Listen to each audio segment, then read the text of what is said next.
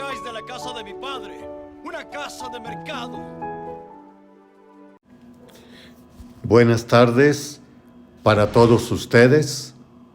En esta semana de nuevo entre ustedes con una liturgia para la vida. Les comenta estos momentos el Padre Víctor Anguiano de la Diócesis de San Cristóbal de las Casas. Domingo 3 de Cuaresma. Cuaresma siempre nos va a llevar a la Semana Santa. Y dentro de la Semana Santa está muy conocido por nosotros. Por un lado, ciertamente el Domingo de Ramos, que hoy caerá, Dios mediante, el 24 de marzo, inicio de la Semana Santa. Pero en la Semana Santa hay que entender que nos lleva a los 3 días principales de nuestra fe, que originariamente, en un primer momento dentro de la iglesia, se celebraban los bautismos. Es por eso que la catequesis que viene en estos domingos de Cuaresma son precisamente para rever nuestro bautismo, o como se va a enfatizar, también vamos a estar viendo ya nuestra resurrección, que esta la va a ir poco a poco aclarando en este proceso de estos 40 días. Este domingo está dándonos a entender, bastante conocido por nosotros, la expulsión de los mercaderes del templo. Es lo que así lo conocemos, pero es más bien la purificación del templo, con la palabra que dice el Señor: quiten esto de aquí y no conviertan en un mercado la casa de mi Padre.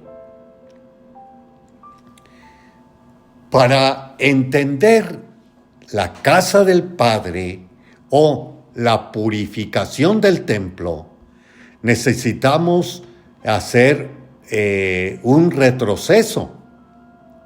El templo, primeramente, era la morada de Dios. Por otro lado, era comunión y convergencia de todas las tribus, que anualmente tendrían de 3 fiestas anuales, tenían que subir necesariamente a una de estas. Y la que hoy se nos presenta viene siendo precisamente de la Pascua judía. Por otro lado, también el templo viene siendo la comunicación de Dios con su pueblo, con la gente y con los hombres. De ahí que precisamente el Señor aclara: quiten todo de aquí, no conviertan en un mercado la casa de mi Padre.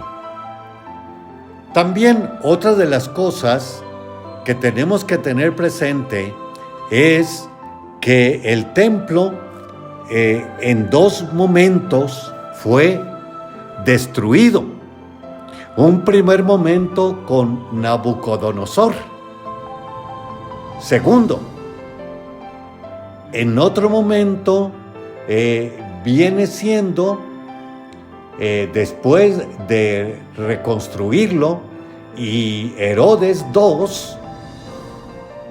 lo vuelve a mandar remodelar, que precisamente hoy se relata que duró 46 años de poderlo precisamente reconstruir, y que fue destruido en el año 70 por los romanos, que ya precisamente, creo yo, lo tenemos claro. También hay que entender, por otro lado, el templo era el lugar, por un lado, político, porque allí estaba el Sanedrín, el consejo de sacerdotes y ancianos del templo, los principales, para poder dirimir algún problema del pueblo. Y allí se daba la última palabra. Esto lo veremos en el Domingo de Ramos, con la Pasión del Señor, mas también el Viernes Santo, la pasión más completa del Señor, donde fue llevado precisamente ante el Sanedrín.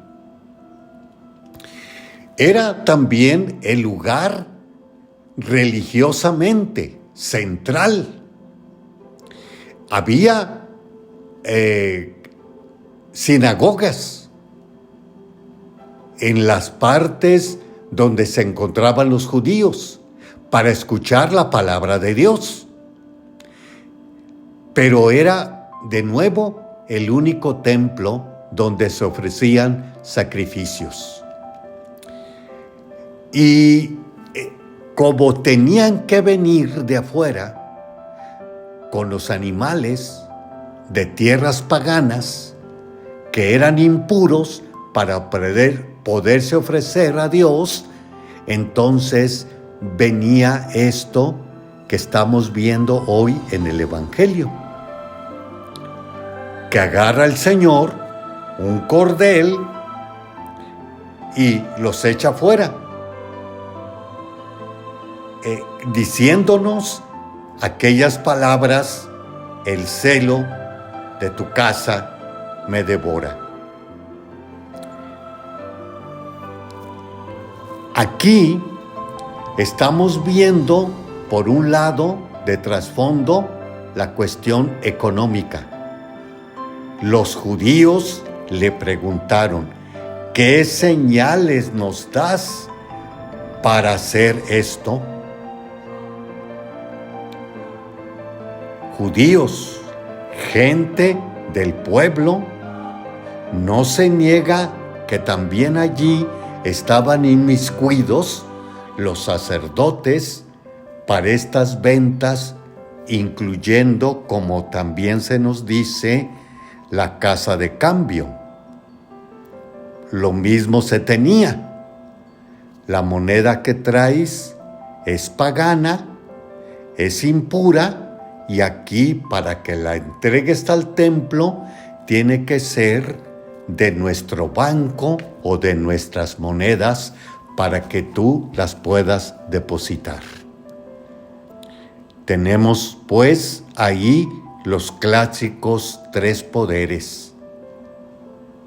Y hacer, con lo que decíamos anteriormente, morada de Dios, comunión y convergencia de tribus, más Dios se comunicaba con su pueblo, pues era precisamente destruir su identidad de ellos. Porque, de nuevo, como comentamos en otro momento, era un pueblo teocéntrico. Con esto, previamente, nos da a entender la importancia precisamente del templo. Vamos a hacer un pequeño espacio y regresamos en unos momentos. Le esperamos.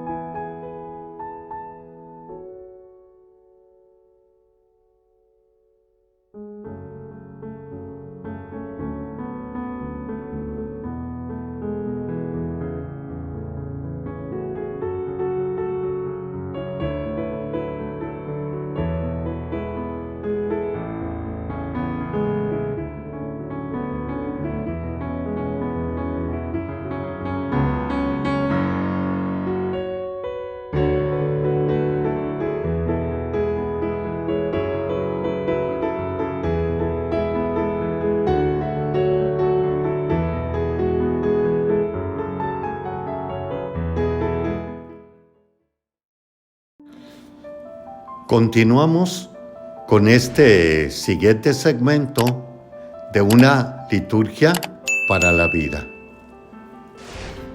Estamos viendo el domingo tercero de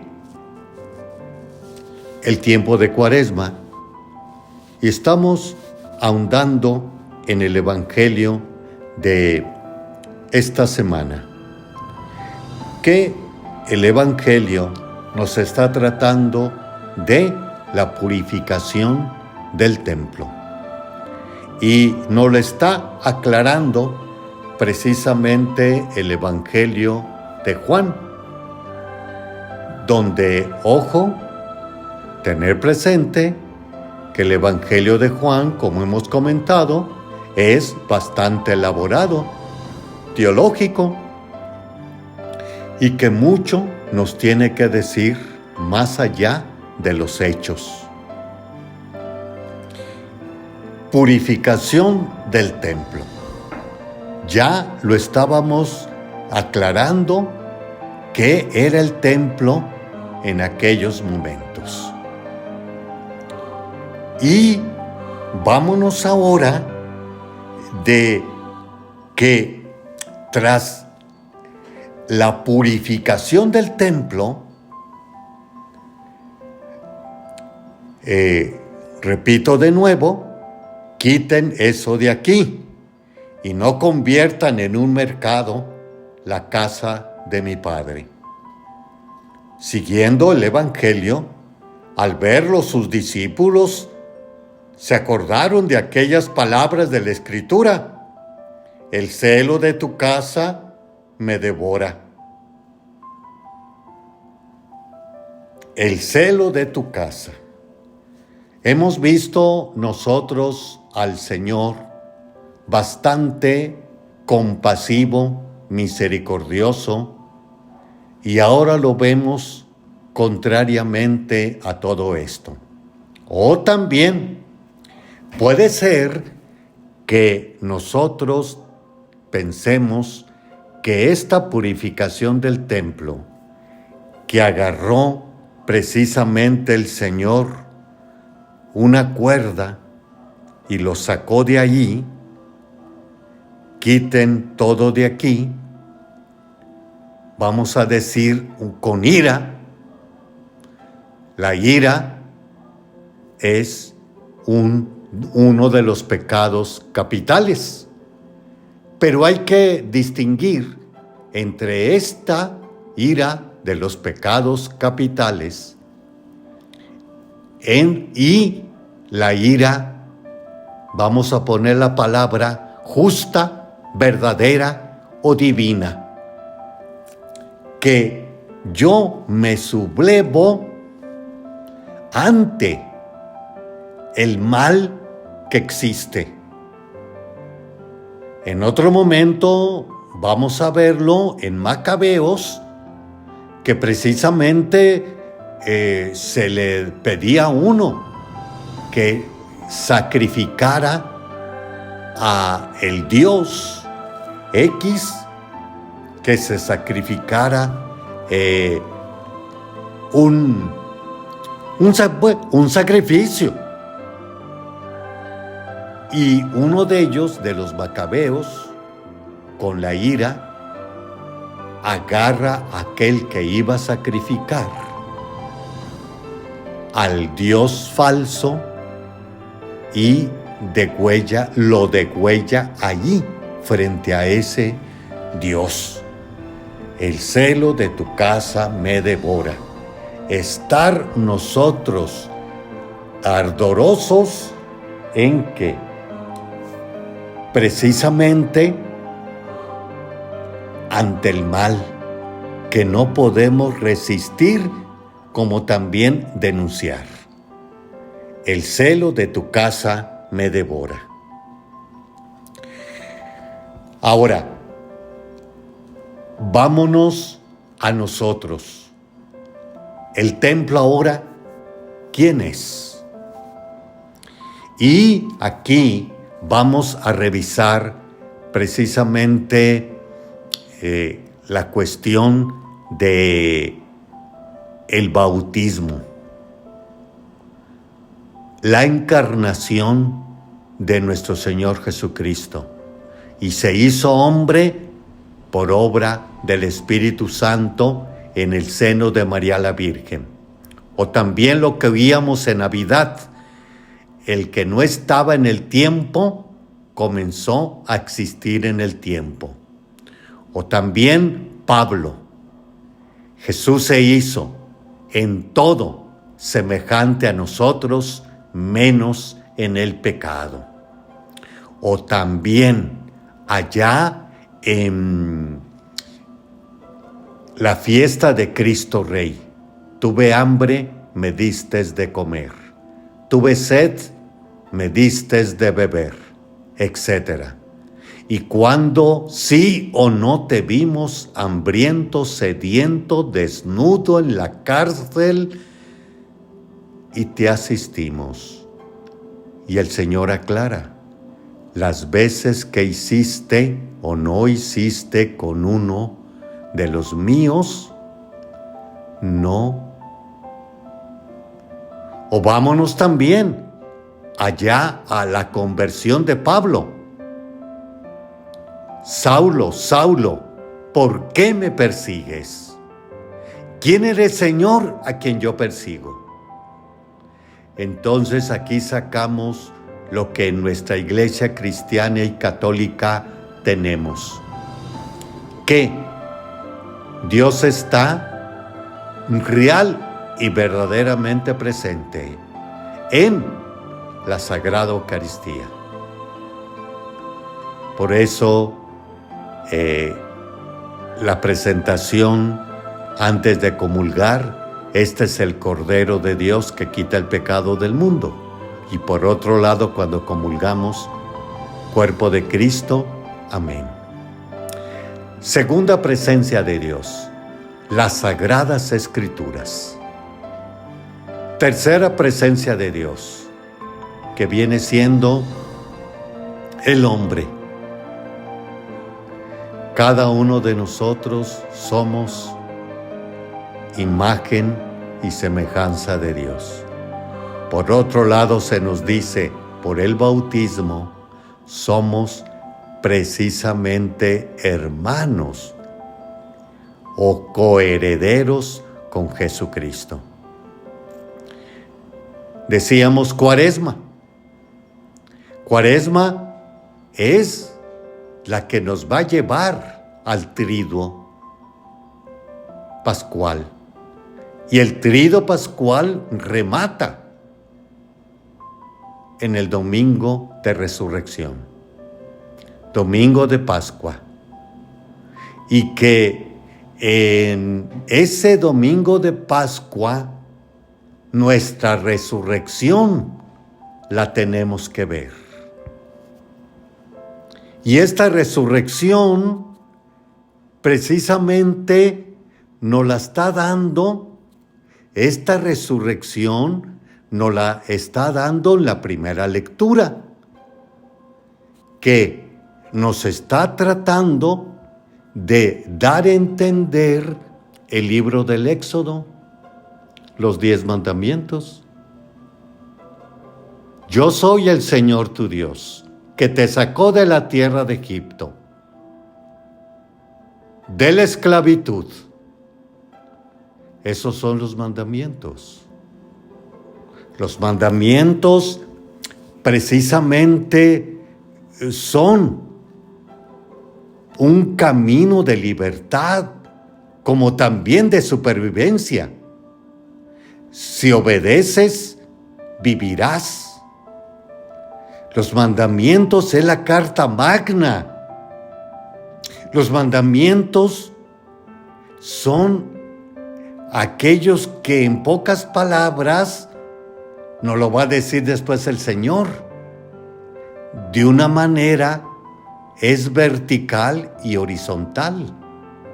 Vertical en razón de Dios y horizontal en razón de nuestros hermanos, que precisamente nos dice que quiere a tu padre y a tu madre.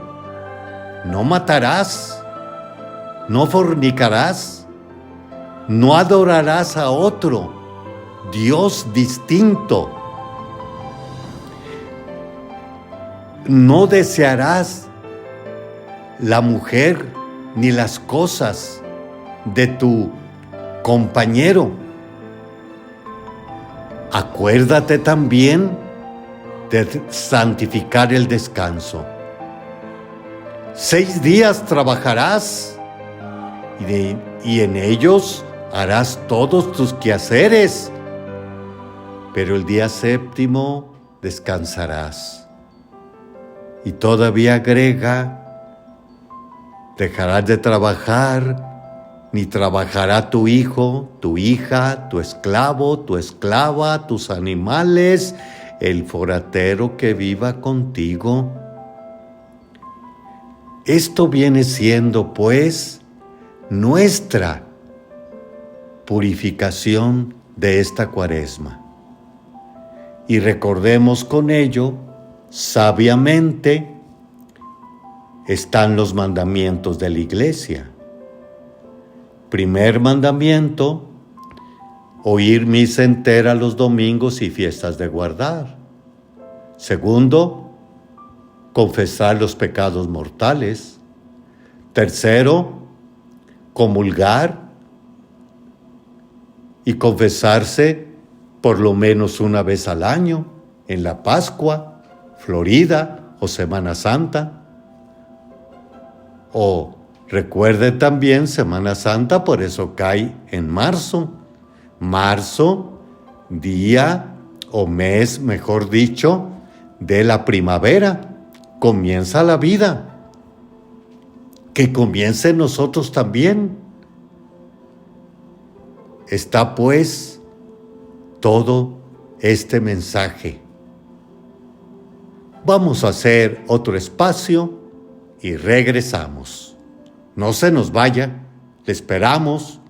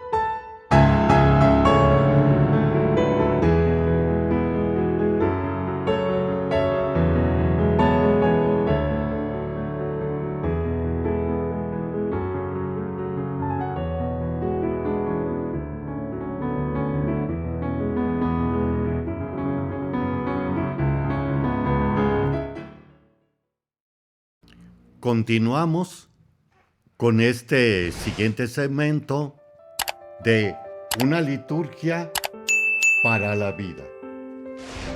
También ustedes pueden acompañarnos a través de otros medios de comunicación.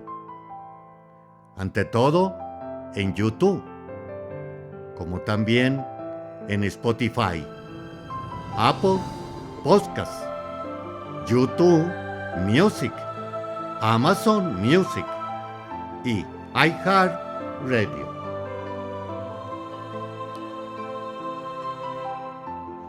Capítulo 36 de El comentario de la ordenación general del misal romano por el padre José Antonio Berenguer, que está desgranándonos las partes de la Eucaristía para que precisamente las vayamos entendiendo, esas reglas, actitudes que hace el sacerdote en la celebración, y ante todo que nos ayuden a valorar, porque también otra de las cosas que hemos comentado, la regla litúrgica viene siendo que participen activamente, conscientemente y provechosamente. Ahora vamos a adentrarnos en la liturgia eucarística, en la plegaria eucarística, específicamente el prefacio. La plegaria eucarística, recordemos, es la oración principal de la Santa Misa, en la que quedan consagrados el pan y el vino, es decir, convertidos en el cuerpo y en la sangre del Señor. Conocer los elementos que contienen esta oración nos puede ayudar mucho a unirnos a Jesucristo, mientras el sacerdote la está pronunciando. ¿No lo recuerda? El número 79 que nos dice: los principales elementos de que consta la plegaria eucarística pueden distinguirse de esta manera.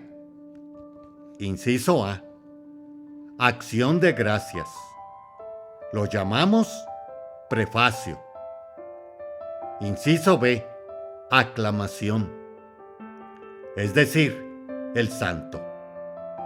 Inciso C: la epíclesis, palabras por las que se pide a Dios Padre que envíe el Espíritu Santo para que realice la consagración y dé el fruto de la comunión.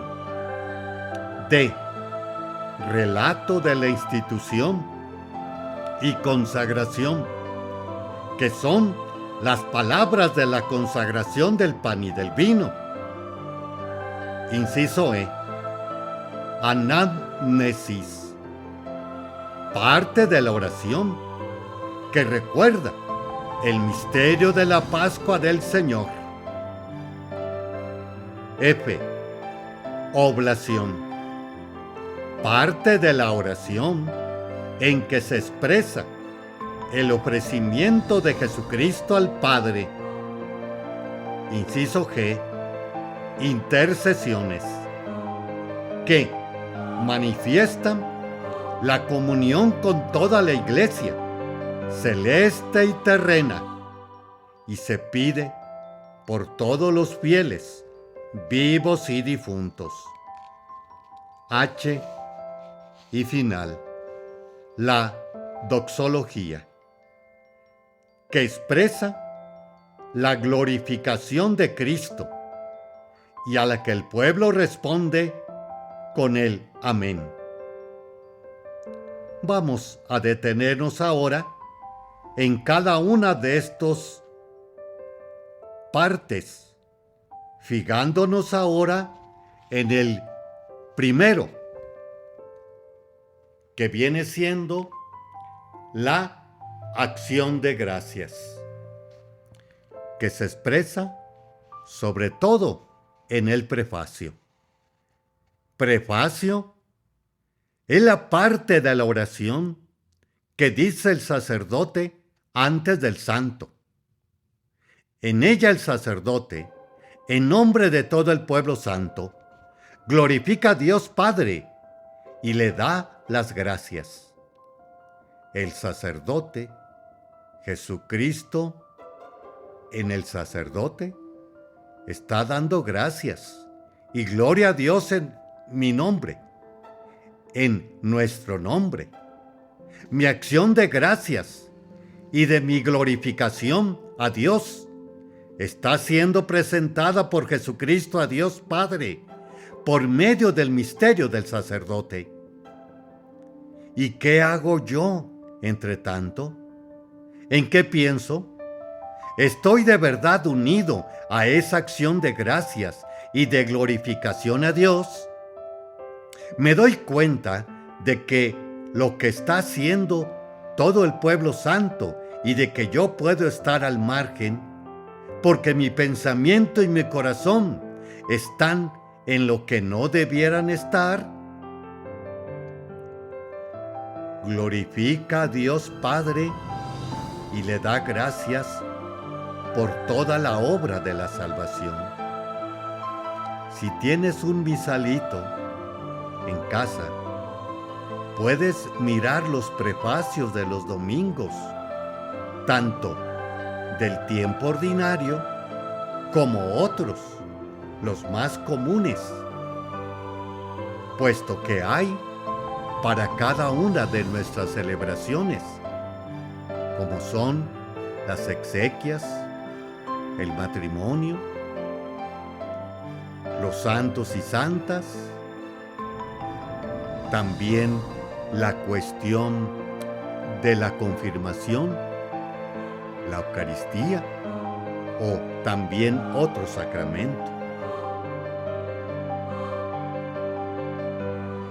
Que hay días en que, en lugar de dar gracias en general por obra de la salvación, damos gracias especialmente por un aspecto concreto del misterio de Jesucristo en el prefacio del primer domingo de Cuaresma. Podemos verlo. ¿Cuál es el sentido que Jesús da a la penitencia cristiana y a la lucha contra el pecado?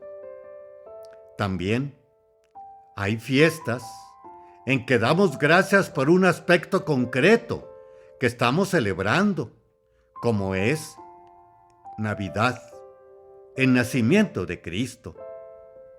Hay también tiempos litúrgicos en el que prefacio nos da a mantenernos en acción de gracias por el aspecto del misterio que celebramos. Durante ese tiempo, como la esperanza en Adviento o la alegría de la resurrección y la Pascua. Damos gracias por tanto, pero centrando en Cristo. Nuestra acción de gracias es por Cristo, porque nos ha redimido con su muerte y resurrección. Con Él damos gracias por todos los demás. Si el centro de la acción de gracias no fuera Jesucristo, no estaríamos celebrando la Eucaristía. El gesto de las manos del sacerdote, elevadas al cielo, nos dicen que el corazón se ha de mantener en vilo, elevando al cielo en verdadera acción de gracias. Haremos un espacio y regresamos. Le esperamos.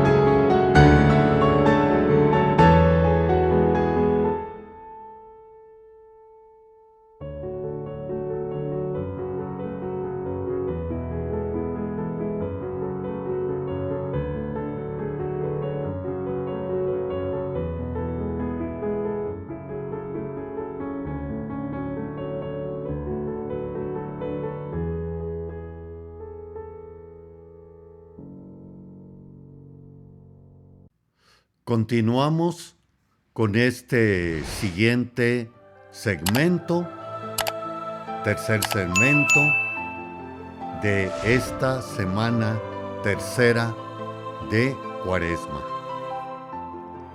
Estábamos viendo la semana pasada que hablábamos de los 5 mandamientos de la Iglesia, repitiendo y recordando. Primer mandamiento: oír misa entera los domingos y fiestas de guardar. Segundo, confesar los pecados mortales. Tercero, comulgar y confesarse y comulgar, mejor dicho, siguiendo la cronología, una vez al año en la Pascua Florida o en primavera. Cuarto, ayunar 2 veces al año en miércoles de ceniza y Viernes Santo.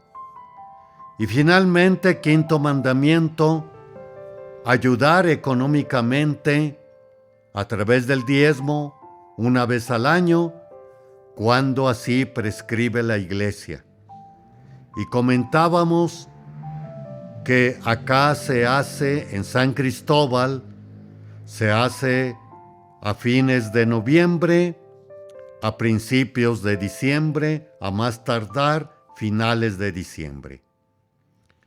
Teniendo en cuenta esto, vamos a adentrarnos en el sacramento de la penitencia. Debemos nosotros de entender que allá por los años 85-90, los sacramentos se hicieron en 3 núcleos, y también algunos cambiaron su nombre, pero no su esencia,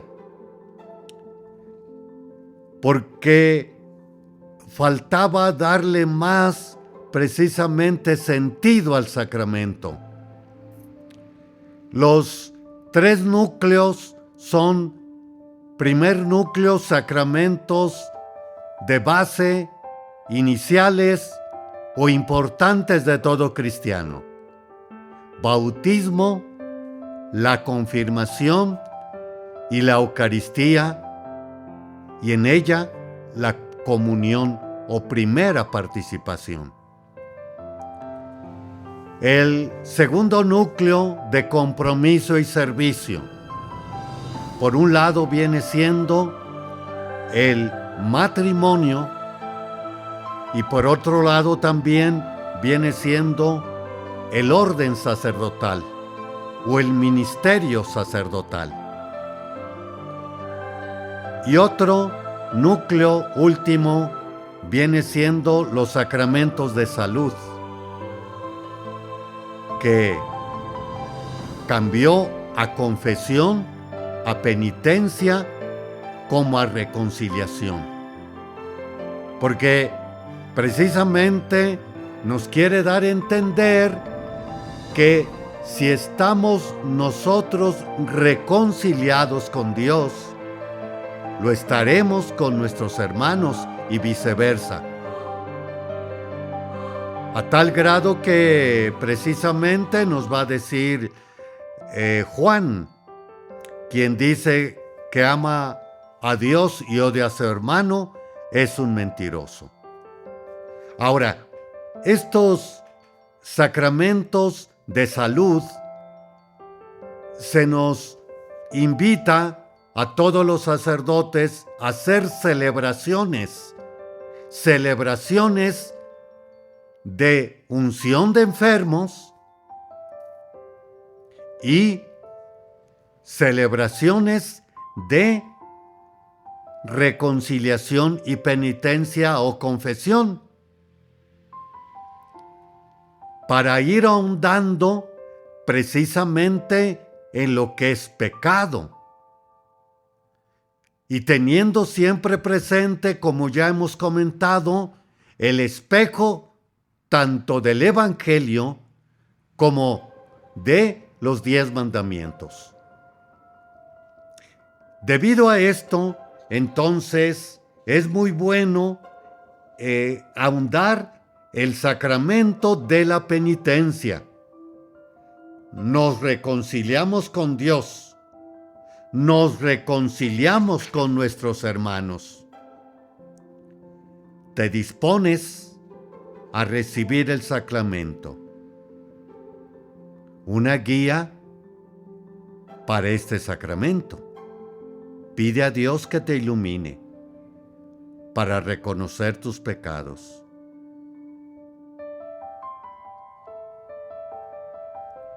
Analiza tu vida serenamente. Reflexiona para descubrir en qué tienes que convertirte y de qué debes pedir perdón. En relación con Dios, tu oración, tu crecimiento en la fe, tu formación cristiana, el buen ejemplo, el testimonio que das, la participación en la Eucaristía de los domingos, el ser miembro de la Iglesia por el bautismo. Siguiente, en relación con los hermanos. Piensa en el respeto, el amor y la fidelidad familiar, cumpliendo tus deberes de esposo, padre, madre o hijo. El trato laboral, la ayuda al necesitado y la sensibilidad social. El cultivo de unas buenas relaciones con vecinos y conocidos. El espíritu solidario, la preocupación por los problemas colectivos. La obsesión por el sexo y el afán incansable del confort. El bien que voluntariamente has dejado de hacer. Los abusos a personas indefensas y los favoritismos y parcialidades. Las murmuraciones, juicios infundados, mentiras y trampas. Las iras y odios. La falta de esfuerzo para atajar las raíces del pecado. El afán de riqueza o de poder. Antes de confesar los pecados, ora y pide perdón a Dios con alguna de estas plegarias. Muy consabida, yo confieso ante Dios Padre Todopoderoso y ante ustedes, hermanos. O también, Señor, ten piedad. Cristo, ten piedad. También puedes rezar el Padre Nuestro, en donde suplicas el perdón de Dios, al mismo tiempo que aceptamos ofrecerlo también nosotros a los hermanos. Y ahora te acercas al sacerdote para confesar tus pecados y recibir el perdón de Dios. Es el momento del sacramento, el gran momento. Con sencillez, con humildad, nos ponemos delante de Dios, confesamos nuestros pecados, oramos con fe, y el sacerdote en nombre de Cristo nos absuelve y nos reconcilia con Dios y con la Iglesia. El sacerdote dice esta absolución. Dios, Padre misericordioso, que reconcilió consigo al mundo por la muerte y la resurrección de su Hijo, y derramó el Espíritu Santo para la remisión de los pecados, te conceda, por el misterio de la Iglesia, el perdón y la paz. Y yo te absuelvo de tus pecados en el nombre del Padre, y del Hijo, y del Espíritu Santo. El penitente responde, amén. Siguiendo, tus pecados han sido perdonados. Con este perdón, sin embargo, no termina el proceso penitencial. La verdadera conversión exige de nosotros algún signo que muestre nuestro arrepentimiento y nuestro deseo de acercarnos a Dios y al Evangelio de Jesús. Y necesita voluntad de enmienda de la propia vida y reparación del mal que hayamos podido causar. Cumple, por tanto, la obra penitencial que te vaya indicando el sacerdote y esfuérzase a mejorar tu vida, contando siempre con la ayuda de Dios. Y finalmente, da gracias a Dios de la misericordia por el misterio que confió a su iglesia. El Señor te ha concedido su perdón, porque su misericordia es eterna. También puedes dar gracias de nuevo con el Padre Nuestro, como también con el Ave María. Oh, te damos gracias, Señor, de todo corazón. Haremos otro espacio y regresamos.